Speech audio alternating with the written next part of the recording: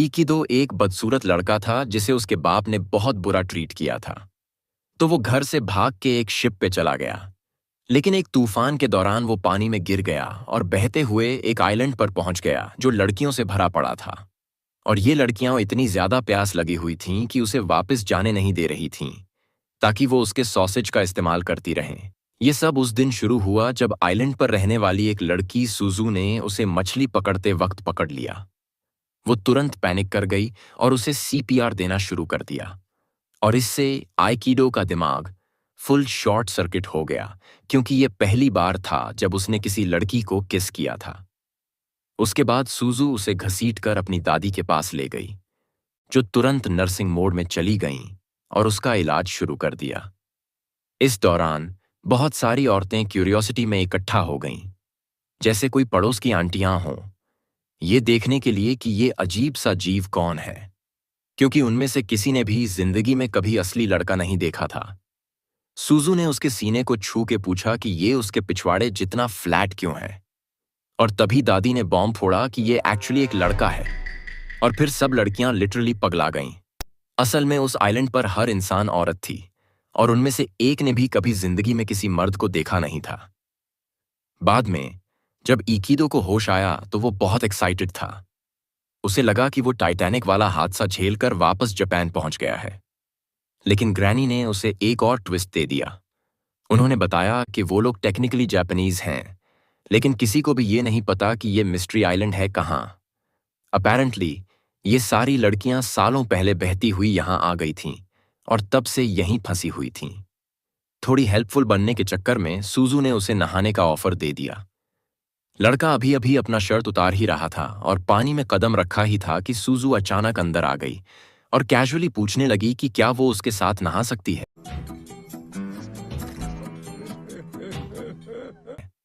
जिससे लड़का पूरा शॉक हो गया। फिर वहां एक और लड़की, जिसका नाम आन था, वो भी सोप ऑपरा में एंट्री मार दी। बेचारे लड़के का दिमाग इतना ओवरहीट हो गया कि एक्साइटमेंट के मारे ब्लैकआउट कर गया। ज्यादा टाइम नहीं बीता था कि आइलैंड की सारी प्यासी लड़कियां उसे PS5 की लिमिटेड एडिशन की तरह दौड़ाने लगीं। उसके सॉसेज का हिस्सा चाहिए था, और बेचारे लड़के को ऐसे दौड़ना पड़ा जैसे उसके फ्यूचर बच्चे उसी पर डिपेंड करते हों।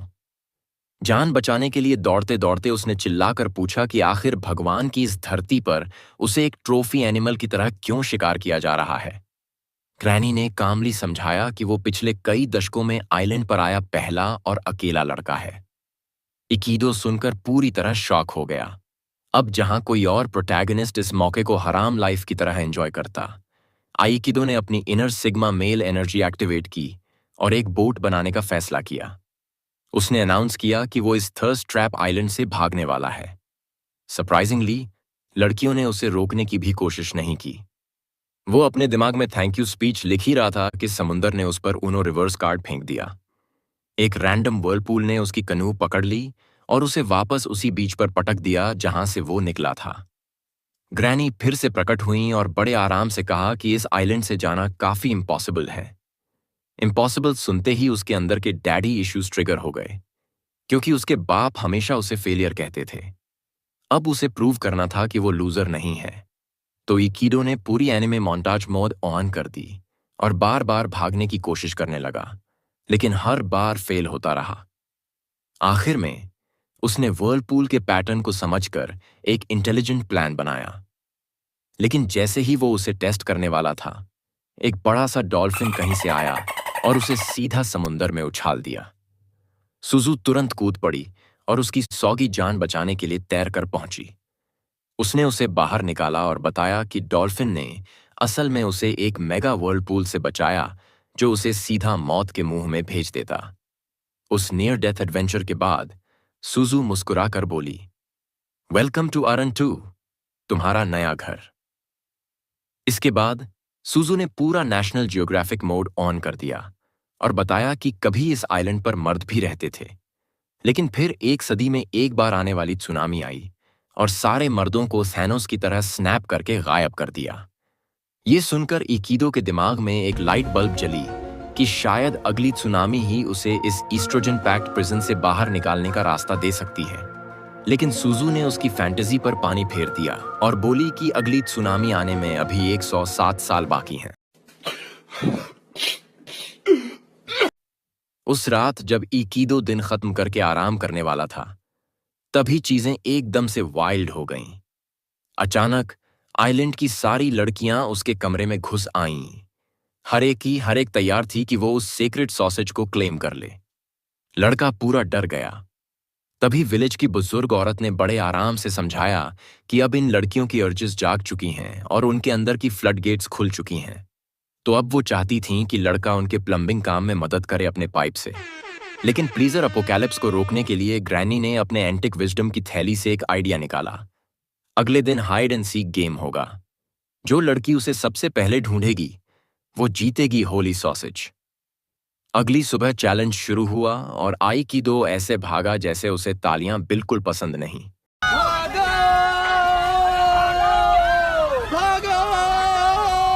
वो हर एक थर्स्टी लड़की से बचने की पूरी कोशिश करता रहा। उसी दौरान सुजू भी उसके पीछे भाग रही थी ताकि उसे पकड़ा न जा सके। दौड़ते दौड़ते उसने दूर से आन को देखा और आन, जिसे क्लियरली मेमो नहीं मिला था कि क्या हो रहा है, उसने सुजू से फिर से लड़ने की तैयारी कर ली अपने अधूरे झगड़े को पूरा करने के लिए। लेकिन सुजू ने उसके चेहरे को ट्रैम्पोलिन की तरह यूज करके उससे बच निकली। आखिर में लड़कियां इकीडो के काफी करीब पहुंच गईं, लेकिन सुजू ने एक एक करके उन्हें हटाना शुरू कर दिया। डेस्पिरेशन में इकीडो क्लिफ से कूद गया, लेकिन नीचे जाने से पहले उसे एहसास हुआ कि लड़कियां अब और नहीं थीं। किस्मत से वो एक और क्लिफ केज को पकड़ने में कामयाब हो गया, लेकिन जैसे ही वो खुद को ऊपर खींचने वाला था, उसने देखा कि एक और लड़की पहले से वहां खड़ी है, जीतने के लिए रेडी। कमिटमेंट में क्लच होने से बचने के लिए उसने खुद को पूरा फोर्स से नीचे रिवर में फेंक दिया। पानी की करंट उसे ले गई और अब वो सीधा एक सुंदर लेकिन मौत वाली वाटरफॉल की ओर जा रहा था। ये देखकर सुजू ने एक स्टंट डबल मूव निकाली और तुरंत उसके पीछे नदी में कूद गई। लेकिन सुजू के पहुंचने से पहले एक रैंडम लड़की एक उड़ते हुए ओवरसाइज चिकन के साथ आई और इकीडो को हवा में से पकड़ लिया। लेकिन दुख की बात यह थी कि लड़के को हाइट से डर लगता था, तो उसने जोर से चिल्लाया और लड़की ने उसे मिड एयर में ही फेंक दिया, जैसे कोई एक्सपायर्ड दूध हो। वो क्रैश करके लैंडिंग कर गया ईस्टर्न फॉरेस्ट में, वही जगह जहां ग्रैनी ने पहले उन्हें जाने से मना किया था। कार्निवोरस प्लांट्स ने एक सेकंड भी नहीं लिया उसे फर्टिलाइजर बनाने की कोशिश में। लेकिन स्नैक बनने से ठीक पहले सुजू फिर से आई और उसकी कमजोर जान बचा ली। उसने हाथ बढ़ाया उसे उठाने के लिए, लेकिन जैसे ही लड़के ने उसका हाथ पकड़ने के लिए अपना हाथ बढ़ाया, उसे याद आया कि सुजू को छूने का मतलब है कि वो हाइड एंड सीक टूर्नामेंट जीत जाएगी। तो उसने फौरन अपना हाथ खींच लिया और भाग गया। द ग्रेट सॉसेज चेज फिर से शुरू हो गई और किसी तरह से वो अनलकी हीरो एक पेड़ पर चढ़ गया। लड़कियां भी उसके पीछे ज़ॉम्बी की तरह चढ़ने लगीं। तभी आन ने कोई गैस निकाली जिसने सबको बेहोश कर दिया। लेकिन एक कूदो समहाउ आन को पकड़कर नदी में फेंकने में कामयाब हो गया। जब उसे लगा कि सब कुछ खत्म हो गया क्योंकि सूरज डूब रहा था, तभी ग्रैनी कैजुअली आईं और अनाउंस किया कि सुजू विनर है। इकीडो पूरी तरह कंफ्यूज्ड हो गया कैसे। टर्न्स आउट जब सुजू ने उसे प्लांट फूड बनने से बचाया था, उस वक्त उसका मेलन छू गया था। लेकिन सुजू ने प्राइज लेने से मना कर दिया क्योंकि लड़का ब्रोक और छोटा था। उसने ये भी जोड़ा कि वो उसे मजबूर नहीं करने वाली और पेशेंटली वेट करेगी कि वो खुद उस लकी लेडी को चुने जिसे वो सच में पसंद करता है। अगले दिन जब इकीडो अपना स्कूल बैग उलट पलट रहा था, सुजू को उसमें एक मैजिकल बॉक्स जैसा कुछ मिला। लेकिन बाद में पता चला कि वो एक ऑफ ब्रांड एंड्रॉयड फोन था। सुजू ने उसे देखकर बोला, वाह कितना सुंदर है, और इकीडो पूरी तरह से कंफ्यूज हो गया। तभी उसे समझ आया कि वो ऐसे आइलैंड पर आ गया है जहां लोग अभी भी फायर की पूजा करते हैं और पावर बैंक को कोई डिमोनिक रेलिक समझते हैं। कुछ समय बाद सुजू पानी लाने के लिए उठी और इकीडो, being the over confident gentleman, help करने के लिए बोला, बिना ये समझे कि वो अपनी जिंदगी की सबसे बड़ी बेइज्जती लेने जा रहा है। भाई बैली बकेट उठाता है और पत्ता जैसा कांप रहा था, और दूसरी ओर सुजू ऐसे उठा रही थी जैसे वो गर्भ में ही पुशअप कर रही थी। इकीडो ने अपनी बची खुची इज्जत बचाने के लिए बोला, ये तो बहुत हैवी है। लेकिन उसकी थोड़ी डिग्निटी भी इवेपोरेट हो गई जब रेन नाम की एक और लड़की मेगा बकेट लेकर वहां से कैजुअली गुजर गई। अब उसकी मर्दानगी 6 फीट नीचे चली गई तो उसने पानी ले जाने की कोशिश की, जैसे कोई रियल मैन हो, और दौड़ता हुआ वहां से निकला। लेकिन कुछ दूर जाकर ढेर हो गया। लड़कियों ने उसे सॉफ्ट कहकर बुलाया, और तभी रेन की बहन मकोतो वहां आई, एक ऐसा साइड कैरेक्टर जिसे किसी ने बुलाया भी नहीं था। इकिदो ने अपनी बची खुची चाम से काम चलाने की कोशिश की, लेकिन सुजू ने उसे कोल्ड ट्रूथ दे मारा। फिर दोनों ने दिन के काम कंटिन्यू किए, और जब इकिदो को लगा कि इससे बुरा और क्या हो सकता है, तो वे फार्म पहुंच गए मैनुअल लेबर के लिए। आलू खोदने की कोशिश में इकिडो ने दावा किया कि उसके पास अल्ट्रा इंस्टिंक्ट है और वो अपनी पिंकी से पूरा फार्म खोद देगा। लेकिन रियलिटी ने उसकी पीठ पे लात मारी जब वो जमीन में ढंग से डेंट भी नहीं मार सका। सुजू ने हेल्प की, और दोनों मिलकर एक ऐसा पोटैटो निकाला जो निकी के बंडा जितना बड़ा था। तभी इकिडो को एहसास हुआ, इस आइलैंड पे तो हर चीज स्टीरॉइड्स पे है। बाद में वो एक और फार्म स्पॉट पर गए जो ऐसा लग रहा था जैसे वहां ओवरसाइज्ड मशरूम्स उग रहे हों। सुजू बड़े कैजुअली जाकर एक मशरूम तोड़ लाई जैसे कोई पत्ता हो। ये देखकर इकीदो को लगा कि अब उसका मोमेंट आ गया है फ्लेक्स करने का। तो उसने सीधा सबसे बड़े मशरूम पर जंप मार दी और उसे उखाड़ने की कोशिश करने लगा। लेकिन जल्द ही पता चला कि ये बहुत बड़ा मिस्टेक था। मशरूम अचानक जिंदा हो गया और उसे डिनर बनाने की कोशिश करने लगा। लेकिन बाद में उसे चबाने के बाद मैंगो जैसा बनाकर थूक दिया और खुद ही मुरझा गया। सुजू ने कैजुअली बताया कि कुछ मशरूम्स असल में मॉन्स्टर्स होते हैं, लेकिन किसी को काटने के बाद कन्वीनियंटली मर जाते हैं। अब इकीडो, जो हल्का सा चबाया जा चुका था और मेंटली ट्रॉमेटाइज्ड भी था, उसने सुजू से पूछा कि अगली बार किसी मशरूम से कैसे बचा जा सकता है। सुजू ने उसे कुछ वेग सा बताया जो वो खुद भी नहीं समझ पाई। फिर लड़कियों ने उसे कहा कि उसे अपने इंस्टिंक्ट्स पर भरोसा करना चाहिए, लेकिन इकीडो के इंस्टिंक्ट्स तो जैसे किसी सर्कस के जोकर ने बनाए थे। फिर भी लड़कियों को इम्प्रेस करने की डेस्परेट कोशिश में उसने अपने इंस्टिंक्ट्स पे भरोसा किया और मशरूम्स को टेस्ट करना शुरू कर दिया, जैसे कोई टॉक्सिकोलॉजी एग्जाम दे रहा हो। लेकिन सैडली भाई मशरूम ग्रिम रीपर बन गया, क्योंकि उसने जिस भी मशरूम को छुआ सबने उसका चेहरा चबाने की कोशिश की। तब एक लड़की ने पॉइंट आउट किया कि भले ही उसे अच्छे मशरूम्स नहीं मिल रहे, लेकिन वो फेक वाले मशरूम्स आइडेंटिफाई करने में एक्सपर्ट बन गया है। उधर रेन उसके पास आई और देखा कि वो बहुत साध है, तो उसे लगा कि यही पूर्ण मौका है उसे अपना हस्बैंड बनाने का। उसने उसका हाथ पकड़ा और उसे अपनी एक्सक्लूसिव प्लॉट का फ्री ट्रायल दे दिया, जिससे उसे इंस्टेंट ब्रेन सीजर हो गया। लेकिन तभी युकिनो आ गई मोमेंट रूइन करने के लिए। शाम को सुजू ने इकीडो की तरफ देखा और बोला कि उसे उसके साथ रहना एक्चुअली अच्छा लग रहा है, क्योंकि वो हमेशा से अकेली महसूस करती थी। आई इकीडो की टूटी ईगो थोड़ी देर के लिए पैच हो गई और पहली बार उस दिन उसने मुस्कुराया जैसे अब वो कहानी के बेटर पार्ट में आ गया हो। कुछ दिन बाद आन ने माची के सारे राइस केक्स बिना सोचे समझे खा लिए, और जब उसे एहसास हुआ तो डर के मारे ऐसे भागी जैसे कोई अपराधी हो। इस बीच सुजू और इकिदो को रेडिश डिलीवरी करनी थी सी ड्रैगन श्राइन में। जब सुजू कहीं और भटक रही थी, तभी माची अचानक सामने आ गई और अकूदो को बताया कि वो अपनी बहन आन को ढूंढ रही है। सुजू भी समय पर पहुंच गई और सुना कि माची 20 राइस केक्स देने को तैयार है अगर कोई उसकी बहन को पकड़ने में मदद करे। और क्योंकि सुजू बेसिकली एक राइस केक एडिक्ट है, उसने बिना एक सेकंड लगाए डील एक्सेप्ट कर ली और जंगल की ओर जूम कर गई। वहां उसने ट्रैप लगाने का काम शुरू किया, जबकि अकूदो उसके बगल में खड़ा होकर पूरी तरह कंफ्यूज था। जैसे ही ट्रैप तैयार हुआ, सुजू पास की क्लिफ पर चढ़ गई और जोर से चिल्लाई, आन की चेस्ट ऐसी लगती है जैसे कोई खराब आयरनिंग बोर्ड हो। उसका ये स्टेटमेंट एकदम से आन को समन कर देता है और ये साबित करता है कि सुजू शायद एक ईविल जीनियस है। लेकिन सुजू के पकड़ने से पहले ही आन एक प्रोफेशनल एस्केप आर्टिस्ट की तरह अपनी पेट म्यूटेंट बर्ड पर सवार होकर भाग गई और बेचारा अकूदो भी उसके साथ घसीटा गया। जब उन्हें लगा कि अब वो सेफ हैं, तभी सुजू फिर से सामने आ गई, ready to catch her target. आन ने जल्दी से सुजू को ब्राइब करने की कोशिश की, इस बार 30 राइस केक्स के साथ, लेकिन कंडीशन ये थी कि सूजू को मैची की डीपेस्ट डार्केस्ट वीकनेस पता लगानी होगी। सूजू फौरन तैयार हो गई और आइलैंड के आधे लोगों से इंटरोगेशन करने के लिए निकल पड़ी। लेकिन सूजू की डिटेक्टिव स्किल्स पूरी तरह से फ्लॉप हो गईं। बाद में जब उसने अपनी ट्रैजिक फाइंडिंग्स आन को रिपोर्ट की तो वो ग्रेमलिन जैसी आन अपनी बहन पर ताने मारने लगी, उसे एक ओल्ड लोनली क्रस्टी हैग कहा जो किसी स्केयरक्रो तक को फ्लर्ट नहीं कर सकती। लेकिन उसकी किस्मत खराब थी क्योंकि माची ने यह सब सुन लिया और तुरंत इमोशनल स्पाइरल में चली गई।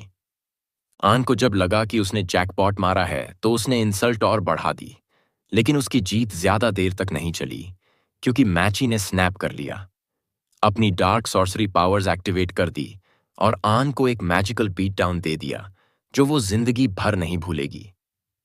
उसी दिन शाम को जब सूजू और इकिदो घर लौट रहे थे तो सूजू अपने ही पैरों में उलझकर गिर गई और एक सेक्रेड ओजीजो स्टैचू तोड़ दिया।